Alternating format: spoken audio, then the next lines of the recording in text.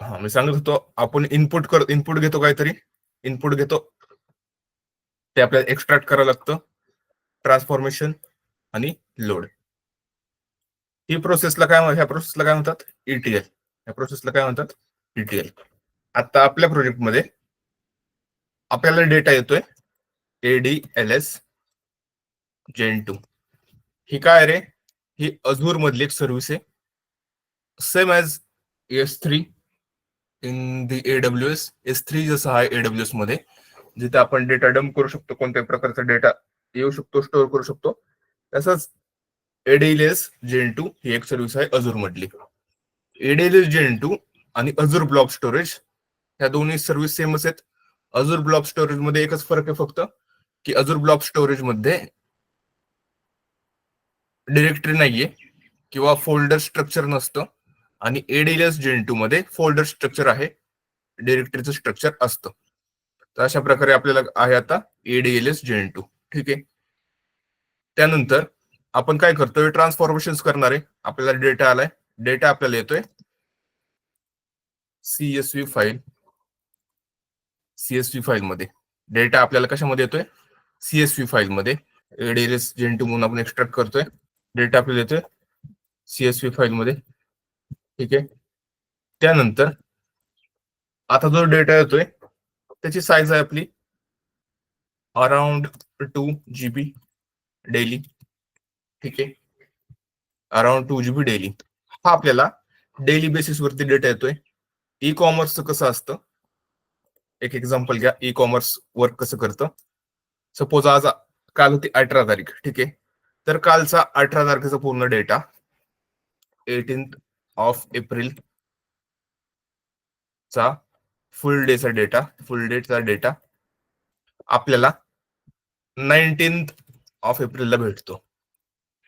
As in आज जो data आपल्याला AWS Gen 2 वरती येईल, तो डेटा T-1 चा असणार आहे. T-1 डे म्हणजे एक दिवस आधीचा. ठीक आहे, म्हणजे आज जर आपण कन्सिडर करतोय 19/4 आहे, तर मला डेटा 18 तारखेचा पूर्ण दिवसामध्ये काय काय झालं, तिथं काय काय ट्रान्झॅक्शन झाले किंवा डेटा आपण समजून घेऊयाच पुढे लेक्चरमध्ये कव्हर करताना. तर तो सर्व डेटा मला एक दिवसा आधीचा डेटा मला भेटणार आहे. आता मी जेव्हा T-1 डे म्हणतोय, तेव्हा मला डेटा ऍट दी आपण म्हणतो की पहाटे किंवा लवकर आपल्याला डेटा भेटतो. आपण 2 AM ला डेटा येत होता.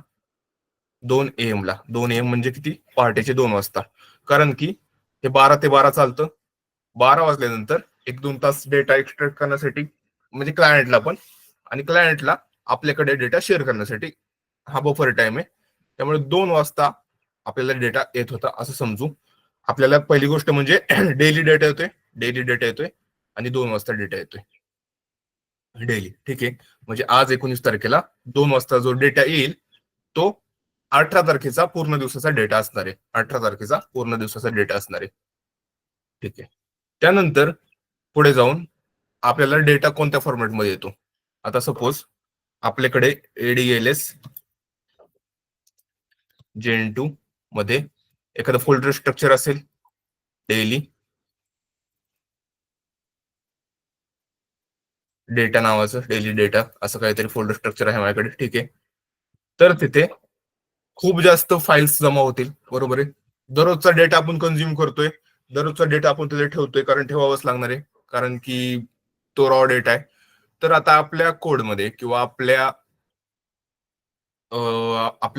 आपल्याला दररोज कोणती फाईल रीड करायची ही पण खूप महत्वाची गोष्ट आहे. कारण की दररोज आज एक फाईल आली 19 तारखेला, उद्या पण 21 तारखेला एक फाईल येऊ शकते, परवा पण 21 तारखेला फाईल येऊ शकते. तर त्याच्यामधली फाईल आपल्याला कोणती रीड करायची, तर त्यासाठी आपण असं केले की आपण कोडमध्ये प्रोव्हिजन केले की आपण फाईल नेमचं कन्व्हेन्शन एक्सेट केले आणि त्यावरतून फाईल रीड करतोय. आता लक्ष द्या, डेली Gen 2 मला काय येतोय? डेली डेटा येतोय. आता हा डेटा कोणत्या फॉर्म मध्ये येतोय? नेमिंग कन्व्हेन्शन असणार आहे.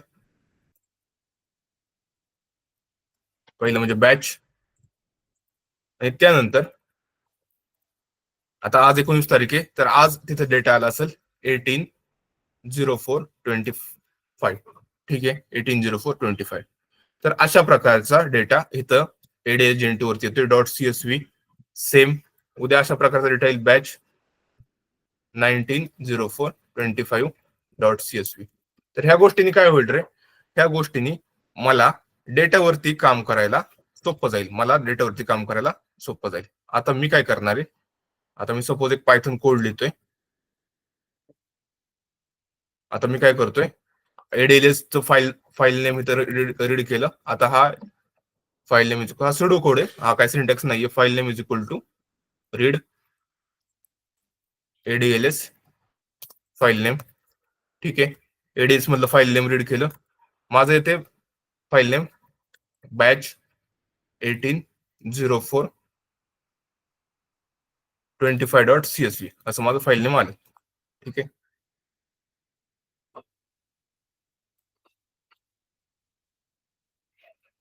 फाईल नेम माझं हे आलं. ठीक आहे, मी काय केलं, ओके, आजच्या दिवसाला हे फाईल नेम आलं. त्यानंतर उद्याच्या दिवसाला गेल्यानंतर मी जेव्हा फाईल नेम्स रीड करतोय तेव्हा आणखी काही फाईल नेम्स आले. हे एक आलं, त्यानंतर हे पण एक आलं. ठीक आहे, तर बेसिकली माझ्याकडे लिस्ट आली फाईल नेम्सची. हे फाईल नेम कसे आले, मी काय करतोय, एडीएलएस कनेक्ट केले. एडीएलएस मध्ये जी माझी डेली डेटा नावाची डायरेक्टरी आहे, तर त्यामध्ये मी फाईल नेम सर्च करतोय. ठीक आहे, कोणत्या कोणत्या फाईल आहेत किंवा कोणत्या कोणत्या फाईल, माझ्याकडे आता 2 फाईल नेम आले. आता मी काय करतोय, कोड मध्ये असं प्रोव्हिजन करतोय, if file name, if I in file name, म्हणजे काय रे, हे लिस्ट मधल्या प्रत्येक गोष्टीला आयटरेट करेल. If I in file name, for I in file name, if I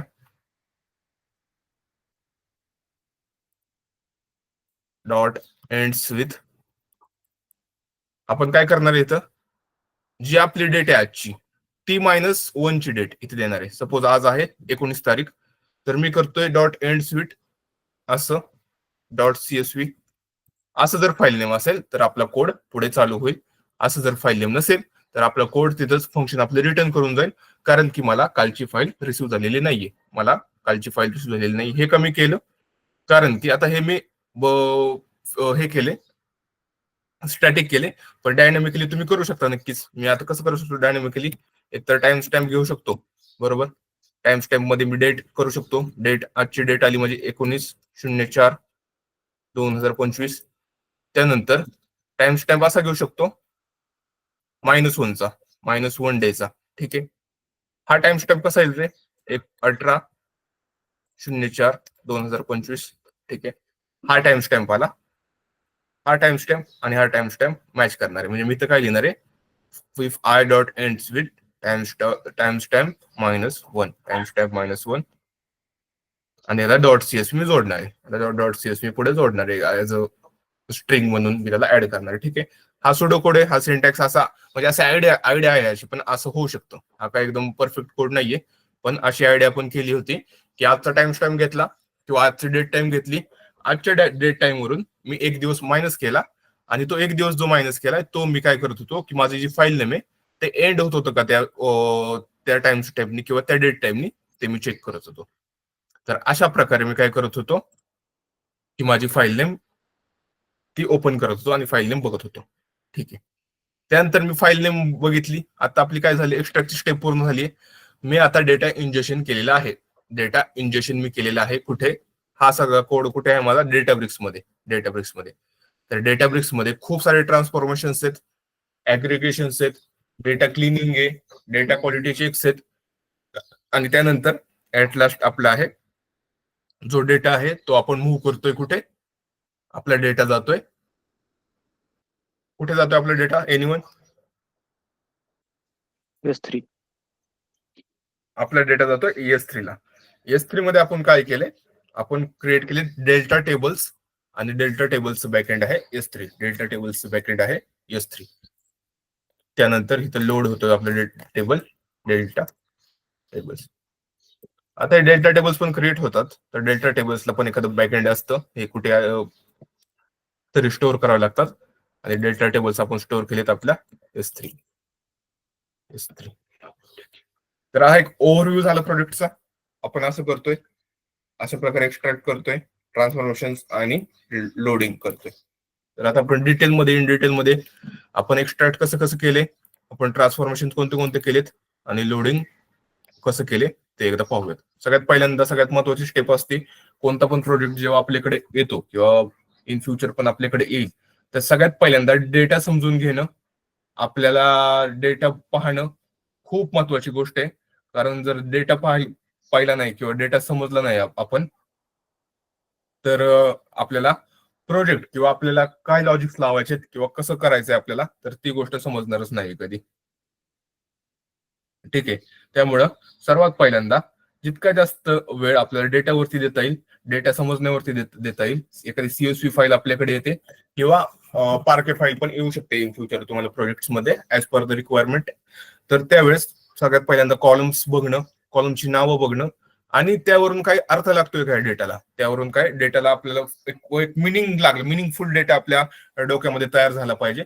त्यामुळे उद्या कोणती पण रिक्वायरमेंट आली तर आपल्या आपण बॅक ऑफ द माइंड तो विचार करतो की हा हा असा असा डेटा आहे आणि याचं मला असं मिनिंग लागले आणि मला हे करायचं असेल तर मला अशा प्रकारे अप्रोच करावं लागेल. तर हे अप्रोच डेव्हलप करण्यासाठी सर्वात प्रथम आपली महत्वाची स्टेप आहे ते म्हणजे डेटा समजून घेणं. तर आपला एक डेटा आहे, डेटा सेट आहे आपला. तर हा डेटा सेट आपण वापरलाय. आता एक अज्युम करा की हा डेटा आहे, तो एका दिवसांचा डेटा आपण बघतोय. सपोज ही तारीख आहे 30/4/2022. 30/4/2022 ही तारीख आहे. ठीक आहे. तर ह्या तारखेचा डेटावरती आपण काम करतोय. आता सगळ्यात पहिल्यांदा असते इंडेक्स. इंडेक्स म्हणजे हे काय असतं ना, हे ऑफनली ऑटो जनरेटेड असतं. ऑटो जनरेटेड म्हणजे ज्यांनी डेटा तयार केला तर ते किती फॉर काउंटिंग नंबर ऑफ रोज हे इंडेक्स जनरेट करतात. ठीक आहे. किंवा एक आकडा राहावा किंवा किती डेटा जातोय, तर त्यासाठी इंडेक्स असतं. हा एक सिरियल नंबर टाईप, जसं की आयडी असतं ना तसंच असतं इंडेक्स, सिरियल नंबर टाईप किंवा रो नंबर म्हणू शकतो आपण या इंडेक्सला. ठीक आहे. त्यानंतर आहे ऑर्डर आयडी. आता आपण जेव्हा ई कॉमर्स मध्ये काम करतो त्यावेळेस प्रत्येक वेळेस हा एक गोष्ट आपल्याला येणार आहे की ऑर्डर आयडी. ठीक आहे. ई कॉमर्स सपोज आता आपण हा डेटा आहे अमेझॉनचा, अमेझॉन हा वेबसाईटचा. तर अमेझॉन वेबसाईटवरती पर्सन XYZ ने एखादी ऑर्डर प्लेस केली, कोणती पण ऑर्डर असू द्या, तर त्या ऑर्डरचा एक ऑर्डर आयडी जनरेट होतो हमेशा.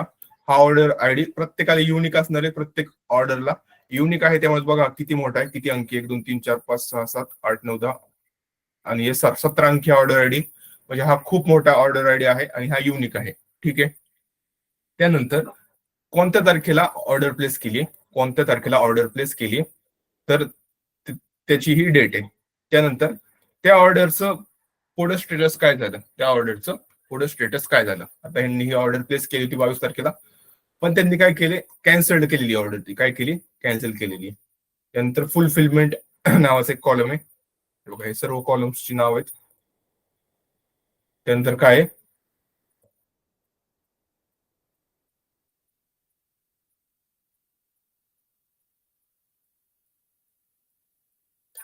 त्यानंतर फुलफिलमेंट नावाचे कॉलम नेम आहे, फुलफिलमेंट.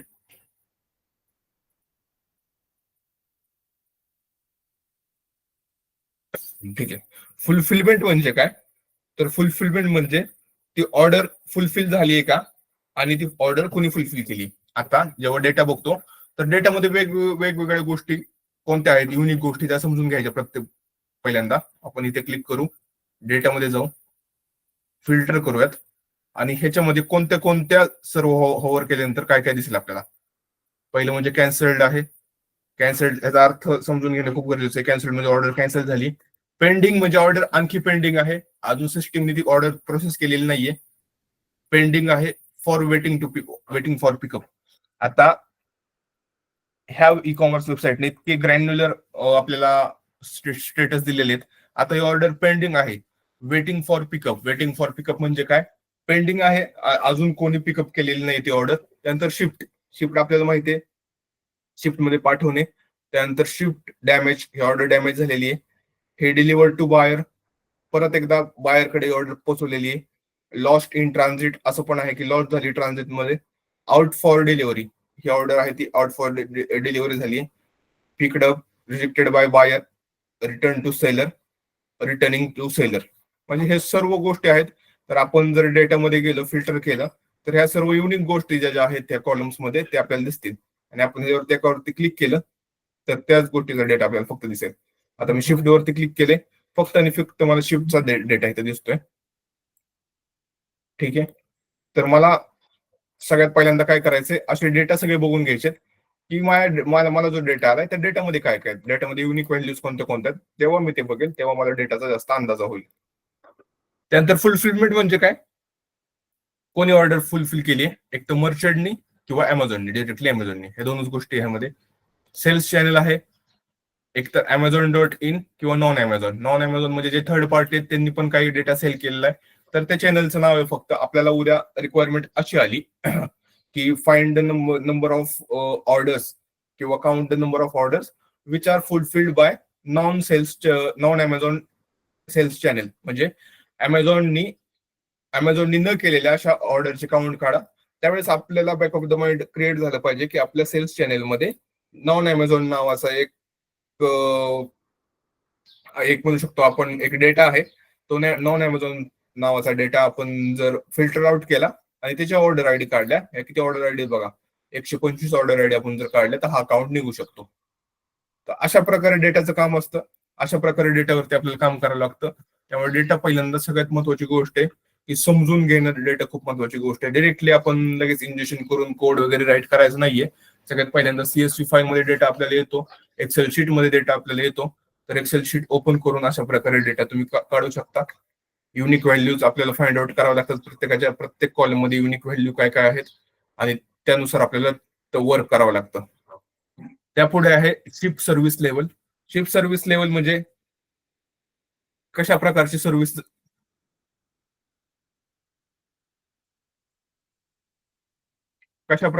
झाली. एक्सपिडिटेड, स्टँडर्ड. एक्सपिडिटेड म्हणजे फास्ट सर्व्हिस, स्टँडर्ड म्हणजे त्यांचं जसं स्टँडर्ड असेल 2 दिवस, 4 दिवस, 6 दिवस, त्या प्रकारची सर्व्हिस. त्यानंतर आहे स्टाईल. प्रोडक्टची स्टाईल काय होती. आता ह्या गोष्टी ज्या असतात ह्या आपल्याला काही यांचा अंदाज लागत नाही, कारण की जे डीलर्स आहेत किंवा जे क्लायंट आहे, तर क्लायंटकडे ह्याची सगळ्यांची ह्या सर्व गोष्टींची माहिती असते. इथं आपण काही करू शकत नाही. SKU मध्ये पण नाही. कॅटेगरी आपल्याला असं उद्या एक रिक्वायरमेंट आली की सपोज आपल्याला ह्या मधला कोणत्या तरी कॅटेगरीचा सेल काढायचा आहे. सपोज मला इथनिक ड्रेसचा सेल काढायचा आहे. तर मी माझ्या कोड मध्ये लिहू शकतो की where category is equal to ethnic dress आणि count number of order IDs. तर 1160 अशा ऑर्डर आयडी आहेत. 1160 अशा ऑर्डर प्लेस झाल्यात की तिथे इथनिक ड्रेस तिथं त्यामध्ये ऑर्डर केलेला आहे. ठीक आहे. तर अशा प्रकारे डेटा आपण पाहू शकतो. सर्व डेटा आधी पाहून घ्यायचा आहे. त्यानंतर इथं आहे साईज आपल्याला माहितीच आहे. त्यानंतर आहे ASIN नंबर. ASIN नंबर हा पण एक Amazon standard identification number. Amazon standard identification number आहे. म्हणजे प्रत्येक जे प्रोडक्ट आहे, आता सपोज यांच्याकडे कितीतरी प्रोडक्ट असतील, लाखोनी प्रोडक्ट असतील, तर प्रत्येक प्रोडक्टसाठी एक आयडेंटिफिकेशन नंबर आहे वेगळा. प्रत्येक प्रोडक्टसाठी एक आयडेंटिफिकेशन नंबर आहे. कारण की जे क्लायंट आहे त्यांना पण समजलं पाहिजे की आपलं कोणत्या ASINचं प्रोडक्ट सेल झाले, कोणत्या ASINचं प्रोडक्ट. कारण इथं काही ते नावं देऊ शकत नाहीत. अशी नावं 1 लाख नावं त्यांना जनरेट करणं किंवा ती मेंटेन करणं खूप अवघड आहे. त्यामुळे क्लायंट असं एक टेबल तयार करून ठेवतो जिथं ASIN नंबर असेल आणि त्याच्या अक्रॉस, म्हणजे सपोज असा ASIN नंबर आहे आणि त्याच्या अक्रॉस त्याचं प्रोडक्ट नेम असेल, असा एखादा टेबल क्लायंटकडे असू शकतो किंवा असतोच. त्या प्रोडक्ट मध्ये काय पण असू शकतं. इथं आयन असू शकतं, इथं एखादा सॅमसंगचा फोन असू शकतो, म्हणजे काही पण असू शकतं. इन दिस केस काहीतरी कपड्यांची किंवा कुर्तांची वगैरे नाव आहेत. ठीक आहे. त्यानंतर कुरिअर स्टेटस. आता कुरिअर स्टेटस मध्ये पण 3 गोष्टी आहेत: कॅन्सल्ड, शिफ्ट आणि अनशिफ्ट. कॅन्सल्ड, शिफ्ट आणि अनशिफ्ट. त्यानंतर क्वांटिटी किती आहे ऑर्डरची, ती ऑर्डर जी केली ती किती क्वांटिटीची केली ते आपल्याला या क्वांटिटीवरनं कळेल. त्यानंतर आहे करन्सी. आता हा डेटा आपल्या इंडियाचा आहे त्यामुळे फक्त INR ची करन्सी आहे. त्यानंतर अमाऊंट आहे. अमाऊंट मध्ये पण आपण जर पाहिलं तर पूर्णपणे अमाऊंट ही आहे ती काय काय पॉइंट्स मध्ये काय काय फुल नंबर्स आहेत. तर इथं पण आपल्याला आपण ऍज अ डेटा इंजिनिअरच्या पर्स्पेक्टिव्ह विचार करतो तर आपल्याला एक गोष्ट लक्षात घ्यावी लागेल की आपल्याला ही जी अमाऊंट आहे तर ती एक स्टँडर्ड फॉर्म मध्ये आणावी लागेल, कारण की आपल्याला पुढे जाऊन ऑपरेशन्स करणं त्यावरती ट्रान्सफॉर्मेशन करणं सोपं जाईल. एकतर आपल्याला सगळ्या अमाऊंट फ्लोट मध्ये आणावी लागतील, सगळे जर गोष्टी फ्लोट मध्ये आणल्या तर आपल्याला ते इझी जाईल. म्हणजे असं आपलं आपण असा एक विचार केला पाहिजे as a perspective data engineer. फक्त काय डेटा बघून आपल्याला त्याच्यावर अनालिसिस करायचं नाही, पण as a perspective of data engineer आपण डेटाकडे पाहायचंय. त्यानंतर शिप सिटी. आता आपण जर कॉलम नेमची नावं बघितली तर बऱ्याचशा असे डेटाबेसेस आहेत तिथं हायफन चालत नाहीत. कॉलम नेम्स मध्ये हायफन चालत नाहीत, तिथं स्पेस चालत नाहीत. जसं की बिग क्वेरी आहे, भरपूर असे डेटाबेसेस आहेत किंवा डेटा वेअर हाऊस आहेत तर तिथे हायफन चालत नाहीत, मध्ये स्पेस चालत नाहीत. तर त्यावेळेस पहिला आपला विचार असा झाला पाहिजे, आपण जेव्हा कोड करतो, कोडिंग आपण जेव्हा करेल की आपण एक स्टँडर्ड फॉर्म मध्ये किंवा स्टँडर्ड वे मध्ये कॉलमची नावं कशी घेऊ शकतो. स्टँडर्ड वे मध्ये आपण कॉलमची नावं कशी घेऊ शकतो. एक तर आपण हायफन रिमूव्ह करू शकतो, हायफनच्या जागी आपण अंडरस्कोर टाकू शकतो जिथे जिथे हायफन आहे तिथं. त्यानंतर जिथे जिथे स्पेस आहे तिथं पण आपण काय करू शकतो, ह्याच्या जागी इथं स्पेस दिसतोय आपल्याला तर या स्पेस मध्ये आपण अंडरस्कोर टाकू शकतो. ठीक आहे, तर अशा प्रकारे आपण वर्क करू शकतो. त्यानंतर इथं काय हे पोस्टल कोड आहेत, इथं स्टेट आहेत, कोणत्या स्टेट म्हणून ऑर्डर प्लेस झाली. हे शिप सिटी आहे. हे बघा पहिले 2-3 कॉलम्स असतात ते खूप महत्वाचे असतात, कारण त्याच्या अक्रॉसच पूर्ण डेटा खेळत असतो. तर जर बघितलं तर ऑर्डर आयडीच्या अक्रॉसच पूर्ण डेटा आहे. म्हणजे ही ऑर्डर आहे ती कोणत्या सिटी म्हणून प्लेस झाली, ही ऑर्डर आहे ती कोणत्या स्टेट मधून प्लेस झाली आणि त्यांच्याच अक्रॉस पूर्ण डेटा आहे. ही ऑर्डर आहे त्याचा पोस्टल कोड काय होता, त्यानंतर प्रमोशन आयडीज काय होते. हा सर्व प्रकारचा डेटा आहे. फुलफिल्ड बाय म्हणजे आता कोणी फुलफिल्ड केली तर इझी शिप नावाचं कोणतरी मर्चंट असेल किंवा कोणतरी वेंडर असेल तर त्यांनी हे सर्व ऑर्डर्स आहेत त्या फुलफिल केल्यात. तर अशा प्रकारचा डेटा आपण घेतला होता आणि अशा प्रकारच्या डेटावरती आपण काय केले तर पूर्णपणे पुढे जाऊन काम केले.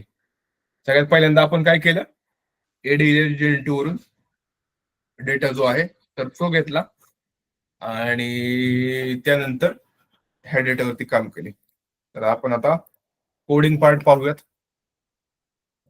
आपण जेव्हा कोणती पण गोष्ट करतो, सपोज आपल्याला डेटा घ्यायचा आहे तर आपल्याला सर्वात पहिल्यांदा काय करावं लागतं, सेटअप. आपण आता डेटाब्रिक्स मध्ये काम करतोय. ठीक आहे, डेटाब्रिक्स मध्ये आपण काम करतोय तर आपल्याला सर्वात फर्स्ट थिंग काय करावं लागेल, कनेक्शन बिल्ड करावं लागतील. कनेक्शन बिल्ड करावं लागतील. आपण कोणत्या पण सोर्स असू द्या, आता in this case एडीएलएस gen to ने आपण काय केलं होतं, ते डेटा घेतलाय. आपण काय करतोय, आधी कनेक्शन बिल्डिंगचं काम करतोय. आपण जर डेटा इंजेक्शन मध्ये पाहिलं तर सगळ्यात पहिल्यांदा आपण काय केले, कनेक्शन बिल्ड केलेत. आपण इथं ऑथ सेट केलाय.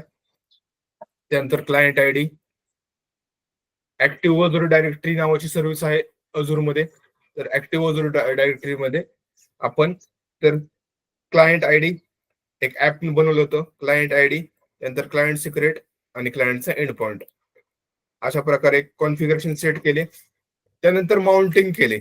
माउंटिंग केल्यानंतर काय होतं की सपोज माझा आता इथं जर तुम्ही बघितलं की एक एडीएलएस जेन2 मध्ये DS19 स्टोरेज अकाउंट, ठीक आहे, अशा नावाची माझा एक फोल्डर स्ट्रक्चर किंवा एक बकेट आहे माझी आणि त्यामध्ये फर्स्ट कंटेनर नावाचा माझा कंटेनर आहे. फर्स्ट कंटेनर नावाचा माझा कंटेनर आहे. आता त्या कंटेनर मधल्या पूर्ण जे व्हॅल्यूज आहेत किंवा त्या कंटेनर मधल्या पूर्ण ज्या गोष्टी आहेत तर त्या मला काय करायच्या, डेटाब्रिक्स वरती शो करायच्या. सपोज माझ्या कंटेनर मध्ये माझा कंटेनर आहे, फर्स्ट कंटेनर नावाचा माझा कंटेनर आहे. फर्स्ट कंटेनर मध्ये आय सपोज मी तुम्हाला सांगितलं जसं बॅच 19/04/2025 बॅच 17/04/25 अशा प्रकारचे डेटा माझ्या कंटेनर मध्ये आहेत. तर तो पूर्ण डेटा मला माउंट करायचा आहे. कुठे माउंट करायचा आहे, माझ्या डेटाबेस वरती. माउंटिंग म्हणजे काय रे, ऍज इट इज तो डेटा शो झाला पाहिजे. त्यानंतर त्यासाठी मी काय करतोय, सोर्स देतोय माझा ADLSJ चा URL हे बघा इथे ABFSS फर्स्ट कंटेनर म्हणजे माझ्या कंटेनरचं नाव, माझ्या स्टोरेज अकाउंटचं नाव, जो स्टोरेज अकाउंट मी युज करतोय अजूर मध्ये, आणि त्यानंतर हा पूर्ण URL. त्यानंतर माउंटिंग पॉईंट म्हणजे काय, मला ह्या डेटाबेस मध्ये दिस अकाउंट ह्या अकाउंट मध्ये मला तो डेटा कुठे माउंट करायचा आहे, तर मी माउंट करतोय /mount/कंटेनर वरती. तर इथे मी माउंट नावाच्या डायरेक्टरीमध्ये कंटेनरमध्ये जो पूर्ण डेटा आहे, जो की हा डेटा अशा नावाच्या बॅच आहे, त्यामध्ये .csv काहीतरी याच्यामध्ये डेटा असेल, राईट, याच्यामध्ये काहीतरी डेटा असेल, त्यानंतर याच्यामध्ये काहीतरी डेटा असेल. तर हा डेटा मी पूर्णपणे माउंटिंग करतोय, कुठे करतोय तर माझ्या डेटाबेस मध्ये. आणि कुठे माउंट करतोय त्यासाठी मी पाथ दिलाय /mount/mlt/कंटेनर. तर ह्या कंटेनर मध्ये माझा पूर्ण डेटा माउंट होईल.